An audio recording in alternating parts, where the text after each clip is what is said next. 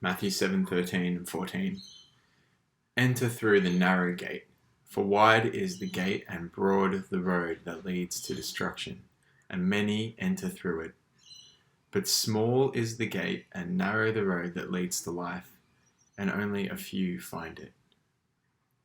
Here, Jesus is coming toward the end of his Sermon on the Mount, and he's outlining, which has been outlining the lifestyle and the ethic that should be embraced by his followers. And in today's section, Jesus is boiling down life into two gates that one can walk through. He's getting toward the end of his sermon and he's kind of bringing it to the application part. He says on one hand, there's the wide gate, and on the other hand, there's the narrow gate. The wide gate leads to destruction. The narrow gate leads to life. And it's really simple. Jesus' imperative here, his instruction for us, is that we should choose the narrow gate, which is the one that takes on the life that he outlines in this Sermon on the Mount. So the ethical life, the life that Jesus has been describing in the past two chapters, in the past 2.5 weeks of devotions, that is the life that leads to life. Sorry, that is the way that leads to life. That is the gate. That's the narrow gate.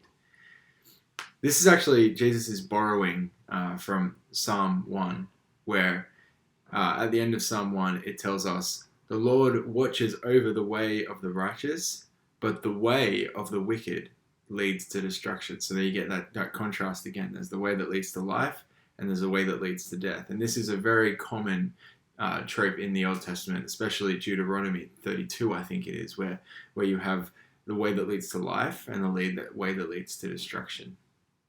And Jesus is tapping into that here, and he's telling us that when it comes to his instructions, again, there is a way that leads to life, and there is a way that leads to destruction. Let me just read Psalm 1 for you. He says, "Blessed is the one who does not walk in step with the wicked, or stand in the way that sinners take, or sit in the company of mockers, but whose delight is in the law of the Lord, and who meditates on his law day and night.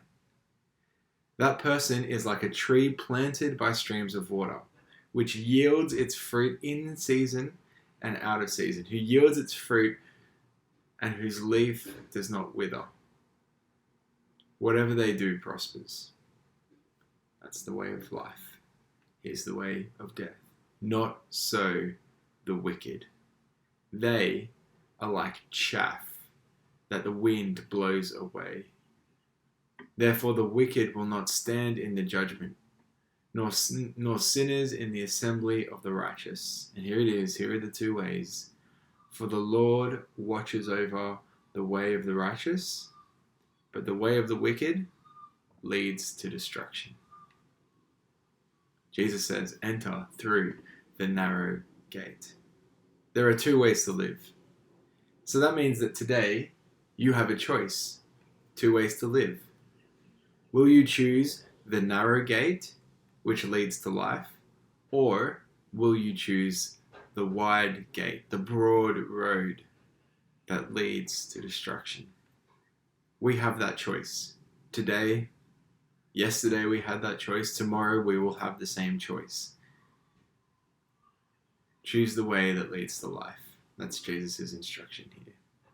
Now, I think it's really interesting. Jesus gives us a little bit of hint here when he says, because we might say, well, sometimes it's hard to recognize which one is the narrow gate, which one is the wide gate.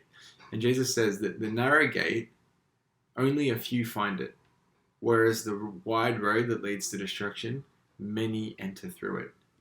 So we can look at what's the popular way. The wide gate, many enter through it, but it leads to destruction. The way of the crowd, the way of the mob, the peer pressure way, leads to destruction. The narrow gate, few find it. So following the crowd is not going to help us when it comes to living the life that Jesus has called us to live.